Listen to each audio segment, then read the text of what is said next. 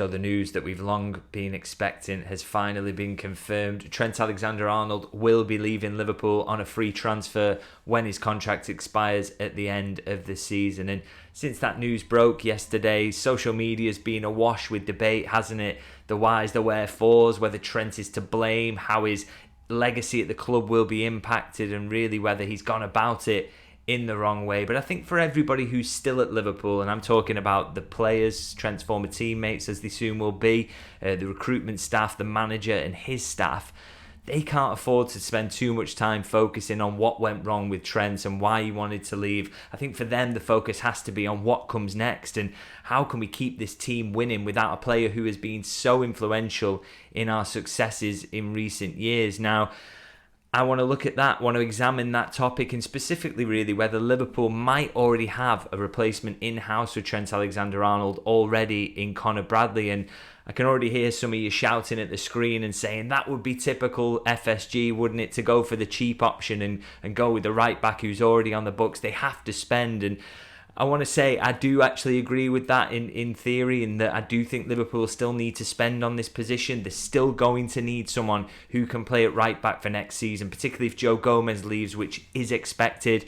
You don't really want to see Quansah to play there again. He's not a natural in that role. And so I think that they need to sign someone, even if it's a centre-half who can play at right back. I do think they need to add in that position. But my question really is that whether Conor Bradley is ready, but not just ready to be part of the squad. We've already seen that. We already know that is the case. But whether he is ready to be Liverpool's first choice right back next season. And so I took a look at the numbers to kind of examine that and see where he's up to. And I think the best place to start really is with an area where I think we already know collectively that there can be a few gains for Liverpool next season in terms of what they're being served up at right back. And that is, of course, the defending aspect of the game. Now, I'm going to bring up duels, which are a very important part of the game. They are both on and off the ball, but obviously they tell you a lot about whether your right back is winning the battle against his winger, whether that is, with his take-ons himself or defending them and trying to stop a winger going past him. And I bring up Trent's numbers for this, and these are per 90 over the course of this season in the Premier League, and I think they're pretty illustrative. And also maybe not that surprising. Trent winning just 3.78 duels per 90 this season, which means that 85% of Premier League players are actually better than him in that regard. So doesn't show up particularly well in terms of winning duels. And also aerial duels, which is similar, obviously, all those balls you challenge for in the air.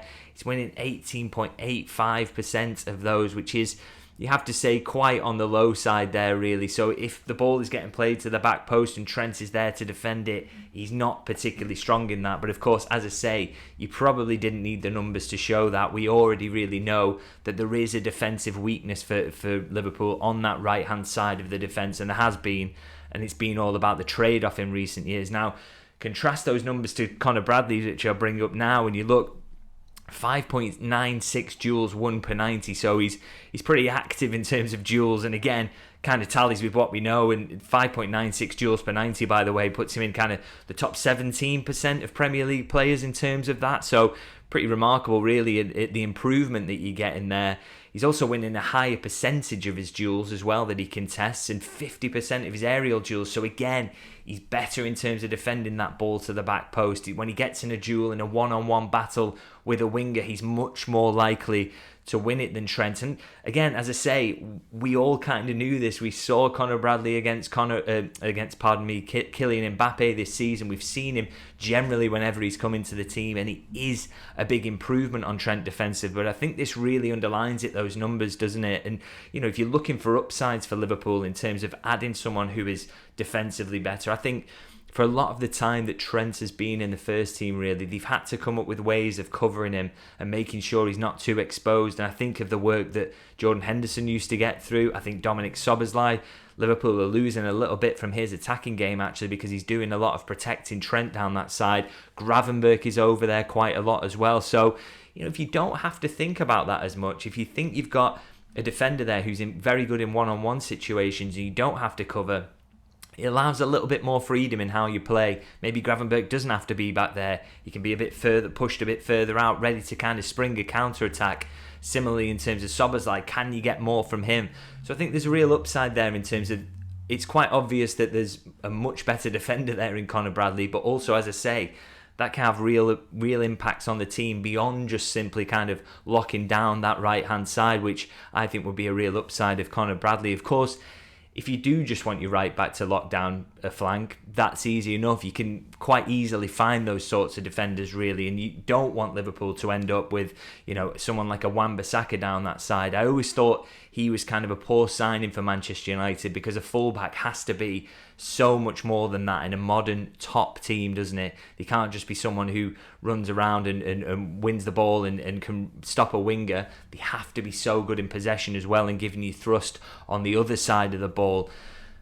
So it's worth having a look whether Conor Bradley is capable of doing that. I think first we'll have a look at Trent's numbers here again, just to see what Conor Bradley has to live up to here. And crikey, he shows up pretty well in terms of the attacking aspects of the game, you have to admit. I mean, he's in the top 1% of all fullbacks for shots. This is per FB Ref's numbers, a great resource, by the way. In terms of shot creating actions, he's in the top 5% of all fullbacks with 3.51 per 90. We just know, don't we, that he is really, really good at attacking, and he has been since he's come into the Liverpool team. Really a bit of a freak in that regard. Very, very unique in terms of his quality on the ball. And so we always thought that this was going to be an area where Liverpool would struggle to replace him, really. And so you can see when I bring up Conor Bradley's numbers, there is a drop-off in certain areas. So in terms of shot creating actions, he's down to 2.08 per 90. Obviously, Trent was 3.51, so there is a bit of a drop there. Down on expected assists as well, you can see. However, I do think it's worth noting when you're looking at some of these numbers in terms of the creativity that Trent is bringing, that Conor Bradley doesn't take corners. He doesn't take free kicks whenever he's on the pitch, and those can massively boost your creative figures. So not all of these shot creating actions or expected assists are coming from open play from Trent. So a lot of that maybe being boosted by the fact he takes set pieces. So that is worth bearing in mind. Maybe they would be slightly closer, albeit Trent probably much better still, if it wasn't for set pieces involved in that. So that's worth considering. And I would have a look actually that there are areas where Conor Bradley showing that he's a very, very capable attacking right back. So for example, his non-penalty expected goals is fractionally higher. They're both averaging 0.21 assists per 90.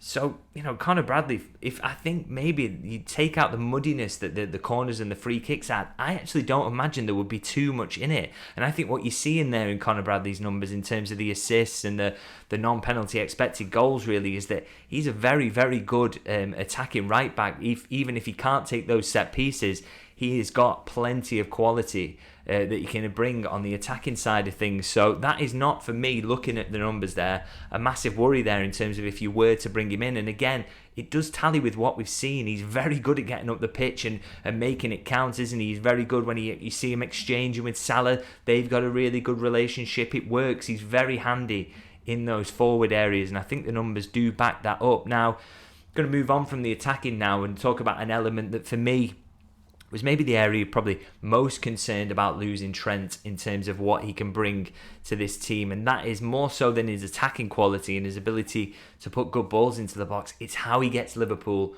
up the pitch. Now, been so many times where kind of Liverpool are getting pressed in central midfield and they're finding it hard to progress the ball in their normal ways of getting it up the pitch, and they'll suddenly just find a way of getting Trent into space, giving him 5 yards to himself, and he will just ping an unbelievable pass either through the lines or to Mo Salah over the top or into feet or cross field. His passing range pretty unrivaled in the Premier League, to be honest. And so that for me is a key aspect of his game that he brought to Liverpool, particularly in those tight games where they were struggling to get the ball up the pitch. And you're looking at the right back market, you're never going to find that again, are you? He's got to surely be the best passing right back in world football. I mean, that's the reason that Real Madrid want him in their team. So how do you go about replacing that? Well, I mean, you look at the numbers here, and again, it shows you just how good he is in that aspect.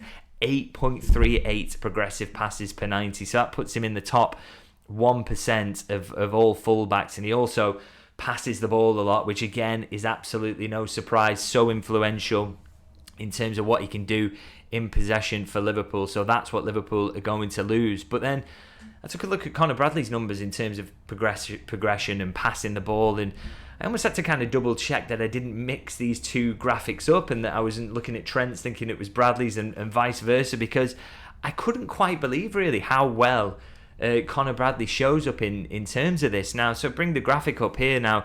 His progressive passes down to 3.85 per 90, so way down on 8.38. Again, not a surprise. Nobody can pass like Trent can from right back, so he's only slightly above average in terms of that. But look at how he progresses the ball in other ways. He stands out completely for progressive carries in the 98th percentile. Only 2% of fullbacks in the top 5 European leagues do that better.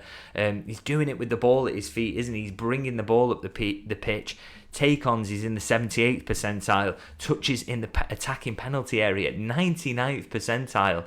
So again, what you are seeing there is that he's top class in terms of getting the ball forward, but he doesn't do it with the passing. He does it with his carries. And again, I think this is something we've seen from Conor Bradley down the years, isn't it? He did it at Chelsea at the weekend. The way he burst forward with such pace, dragging the ball up the pitch. I mean, his pace there was a moment when he kind of knocked it and ran onto it at Chelsea that almost took your breath away in terms of how quick he is. So he is bringing progression, but he's doing it in a totally different way to Trent Alexander-Arnold, and that doesn't make it kind of worse either. I mean, the fact is that Liverpool have got to look at this of, it doesn't matter how we get that progression in the team, we just have to get it there, and we're never going to find someone who can pass like Trent from right back. But can we find progression, a guy who drags us up the pitch in terms of carries and has those little exchanges around the box and hits the penalty area a lot more frequently than Trent does? And that is what we're seeing in Conor Bradley here. And he does a lot of this while also being a little bit safer in possession as well. He completes 84% of his passes versus 74% for Trent. So, he's not kind of giving the ball away while trying these progressive carries. And Trent, obviously, he has to try these riskier passes. So that leads to turnovers, it leads to possession where you potentially being countered. So it could even be a safer way for Liverpool to get the ball up the pitch. But I think he's showing, there's more than one way to skin a cat, really. And I think Conor Bradley is showing there. Like I said, it really surprised me how well he stands out for that.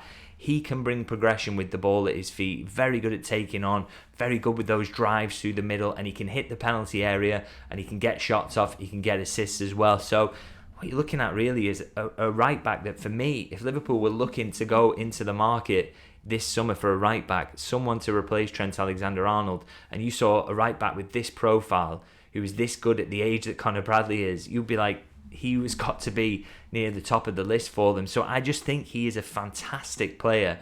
And I think he's someone Liverpool should seriously be considering using as their first choice right back next season, because he is good enough and he also wants to play for Liverpool. He's got a great attitude. He's a great pro. And I just think every time he's got himself on the pitch, he's looked like he's ready for this challenge. So for me, he's ready. I think one caveat I want to note before we kind of wrap up is, of course, his injuries. And that is an interesting one. That is, Liverpool need those to settle down. It has been an injury hit sort of year for him this season. He's been in and out, a couple of recurring muscle injuries as well, which are a worry. But the one thing I would say about that is, I remember Slot a few press conferences ago had kind of mentioned that he wondered whether Conor Bradley's issues with injuries maybe had something to do with the fact that he is dipping in and out of the team at the moment. He isn't getting that physical rhythm, and so he's coming in high intensity, coming out the team, and then he has a couple of months off, and then he's straight back in high intensity, and that's where maybe you can get some injuries. So that is something to consider, and Liverpool's medical staff will know better than we might whether he is ready to take that on, the workload that would come with being first choice. But if he is, as I say, I think the numbers back it up, and I think if they are going to go down that route and go with Conor Bradley, which I hope they do, because he's an academy lad who supports Liverpool and wants to do that and is good enough. I think the way to kind of cover off the risk of his injury record is to maybe get in an experienced option who can back him up, and I think that's something maybe Liverpool should look to do. But as I say, my conclusion really is that Conor Bradley is easily good enough to replace Trent Alexander-Arnold, and I would love to see him in the first team next season. So going to wrap it up there. Do let me know what you think in the comments. Do you think Conor Bradley is good enough? And if Liverpool were to look for a backup option, who would you go for? Or alternatively, if you think they should sign someone that should come straight into the first team, who would that be? Do let me know your thoughts in the comments. I'm going to leave it there anyway and say if you can like and subscribe, I would hugely appreciate that. I'll see you guys very soon.